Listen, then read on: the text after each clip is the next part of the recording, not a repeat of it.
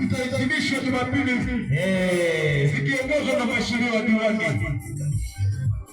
zikiongozwa na mheshimiwa diwani ndio atatufungia mashindano yetu. Kwa ukipata tangazo hili mwambie na mwenzako amwambie mwenzake na mwenzake amwambie mwenzake. Hiyo ndio burudani kote kabisa jamani, na sisi tunasema hivyo. Tunasema hivyo jamani. Lakini bwana, Jumapili kuanzia majira ya saa 7 za mchana tutakuwa na shughuli pevu kabisa mbalimbali. Kutakuwa na maveterani kuanzia miaka 45 na kuendelea.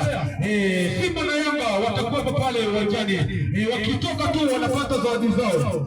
Watapata zawadi zao, watakula, watakunywa, alafu zene wataondoka majumbani.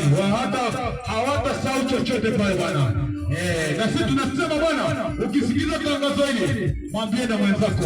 Saa 7 kutakuwa na maveterani wa Simba na Yanga watacheza saa 7. Baadaye hapo wanapata zawadi zao.